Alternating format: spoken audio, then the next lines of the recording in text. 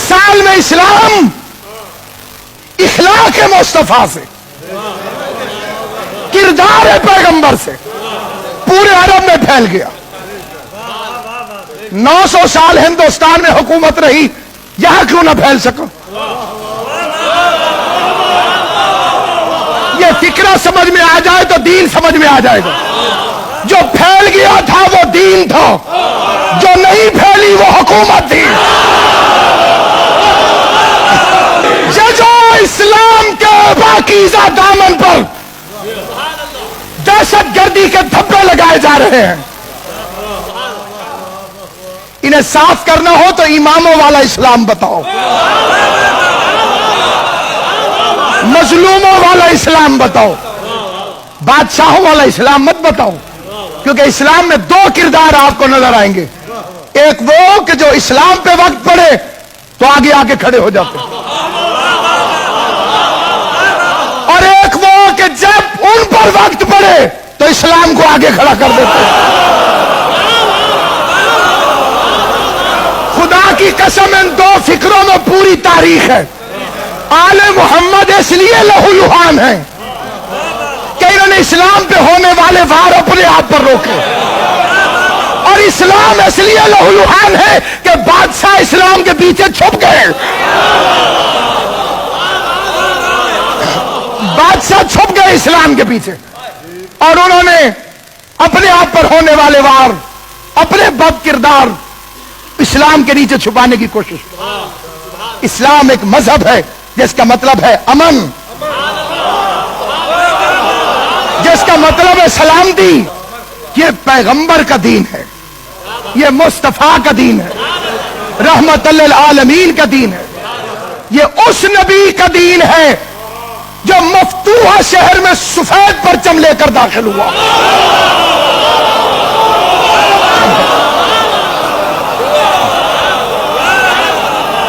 مکہ فتح ہو چکا تھا، مکہ فتح ہو چکا تھا، وہ وہاں پر اپنے چچا زاد بھائی کے قاتل کو نہیں ڈھونڈ رہا تھا، اس کی نگاہیں جگر چبانے والی کو تلاش نہیں کر رہی تھی۔ کچھ آوازیں اٹھ رہی تھی کہ آج بدلہ لینے کا دن ہے، اور وہ بار بار فرما رہا تھا آج معاف کر دینے کا دن ہے۔ اور جب داخل ہوئے تو اب اعلان سنیے، یہ ہے پیغمبر امن جو آ کے اعلان فرماتے ہیں کہ جو دروازہ بند کر لے امان ہے، جو خانہ کعبہ میں آ جائے امان ہے، اور جو ابو سفیان کے گھر چلا جائے امان ہے۔ طاقت میں ہے لیکن یہ اعلان ہے۔ اور مدینے میں جب ظاہری حکومت بھی قائم ہو گئی، ایک دن اس شاعر کو صحابہ کرام پکڑ کر لے آتے ہیں جو مکے میں حضور کے خلاف شعر پڑھتا تھا، حجب کہتا تھا سرکار، وہاں ماحول نہیں تھا کہ اس سے بدلہ لیا جائے، خاموش اختیار کی۔ اب مدینہ آ گیا اور وہ کہیں سے گزر رہا تھا، بعض حضرات نے دیکھا، پکڑ کے بوری میں بند کر کے لے آئے،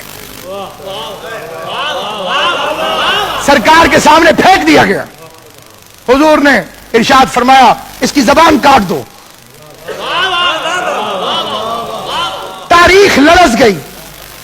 مکے میں جو پتھر مارنے والوں کو دعائیں دیتا تھا،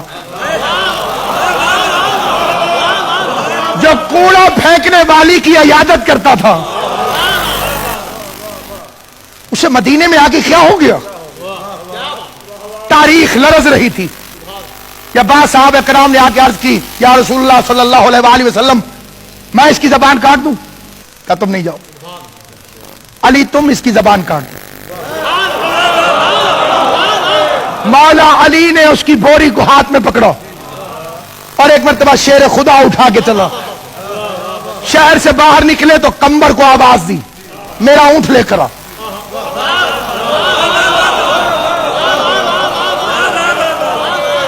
اونٹ آ گیا، مولا نے اونٹ کو کھولا، تماشا دیکھنے والے کھڑے تھے۔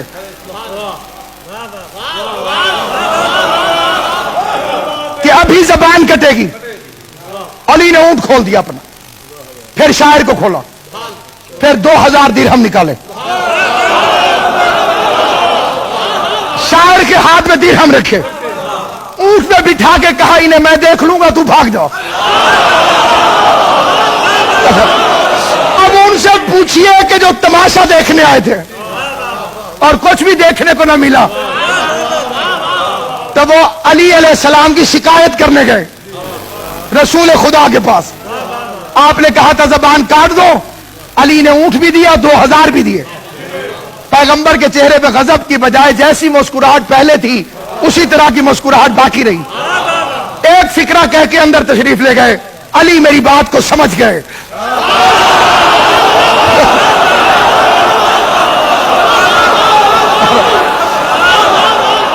علی میری بات کو سمجھ گئے, تمہاری سمجھ میں میری بات نہیں آئی. لوگ پریشانی کے عالم, پیغمبر کے چہرے پہ جیسا تبسم تھا ویسا تبسم رہا. مسکرا کے فرمایا علی میری بات سمجھ گئے, تم میری بات نہیں سمجھے.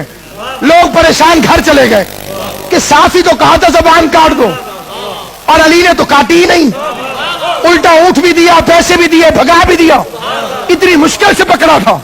اور پیغمبر فرماتے علی سمجھے تم نہیں سمجھے. صبح ہوئی تو فجر کی نماز سے فراغت ہو رہی تھی, دیکھا رات والا بندھا ہوا شاعر وضو کر رہا ہے.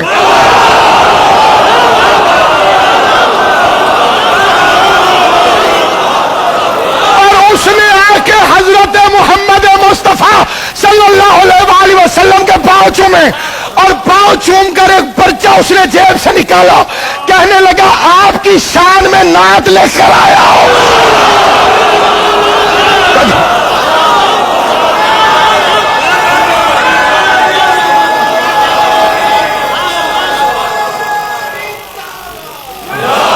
علی نے گستاخ رسول کی زبان کو کاٹ دیا, مدحت رسالت والی زبان کو جاری کر دیا.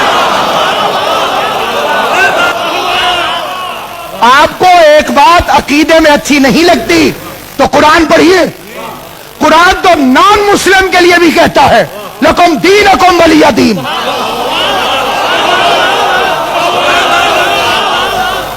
تمہارا دین تمہارے لیے, ہمارا دین ہمارے لیے. جہاں زبردستی تو نہیں چلے. لا اکراہ فی الدین قد تبین الرشد من الغی.